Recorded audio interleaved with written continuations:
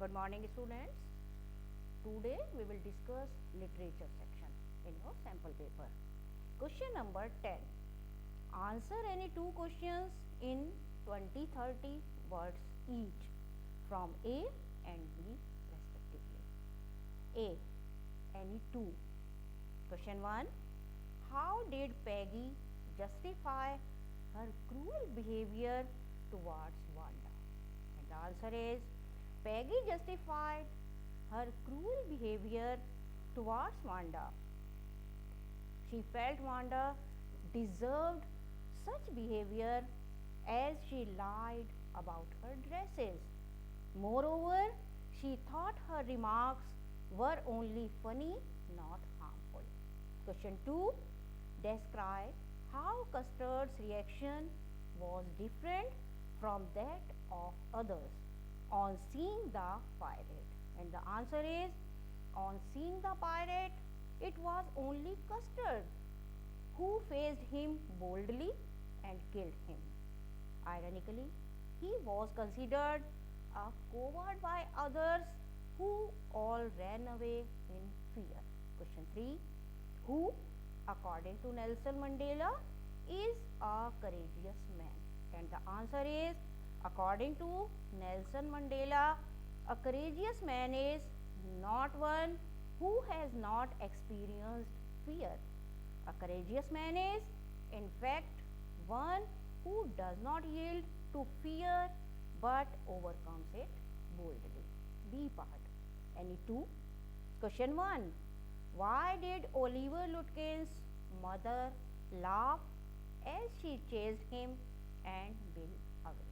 And the answer is Oliver Lutkin's mother laughed as she knew that her son Lutkins was pretending to be Bill. The narrator's predicament amused her. Question 2.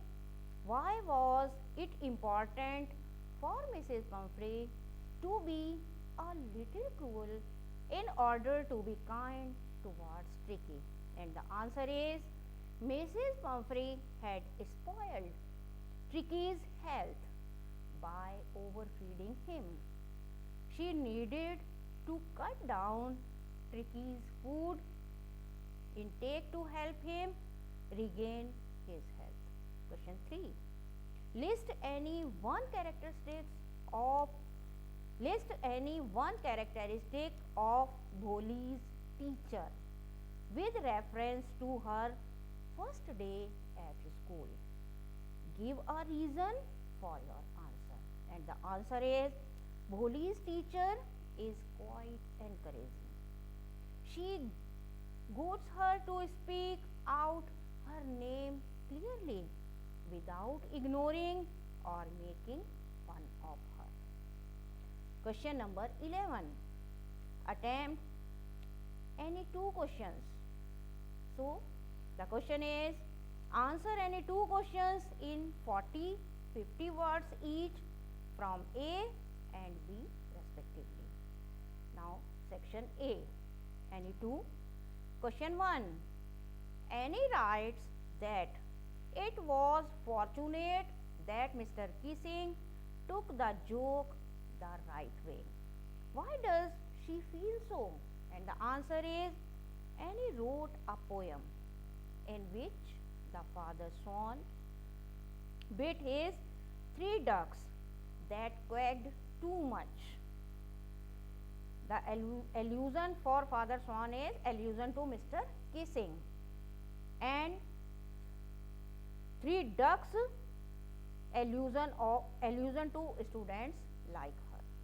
Mr. Kissing took this joke sportingly.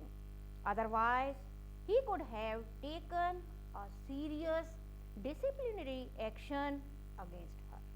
Question 2. The use of symbolism in the poem Fire and Ice conveys the poet's message effectively. Expand with reference to the poem. And the answer is in the poem Fire and Ice. Fire is suggestive of anger, aggression, greed, etc. Whereas ice of hatred, indifference, coldness, etc. Either of these two is enough to destroy the world. Question 3. Justify the poet's allusion to Rapunzel in Amanda.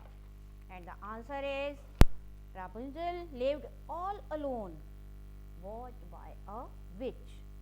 In her tower, she has to live under constant supervision and impositions. Amanda compares her condition to that of Rapunzel. But unlike Rapunzel, she is happy in her isolation and she will not let her hair down for anyone as Rapunzel does. A.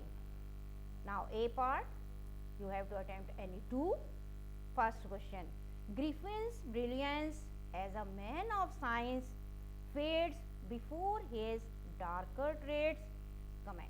And the answer is Griffin was a brilliant scientist, but he was an evil genius. He was quick tempered, revengeful, and destructive. He set his landlord's house on fire. He went about stealing things and harmed those whom he disliked. He was an anarchist. Question 2.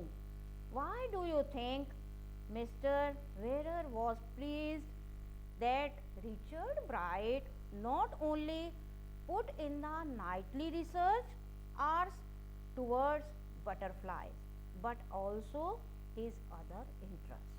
And the answer is Mr. Weir was pleased to see Richard E. Bright balancing his serious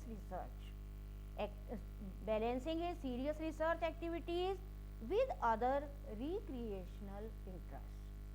His hobbies included collecting things like rocks, fossils, and coins, and then butterflies. They amused him a lot. Question 3. What Madame Forestier exclaimed in astonishment when she saw Matilda years after the minister's ball? And the answer is Matilda's friend was astonished to see her after 10 long years. Matilda no longer looked pretty.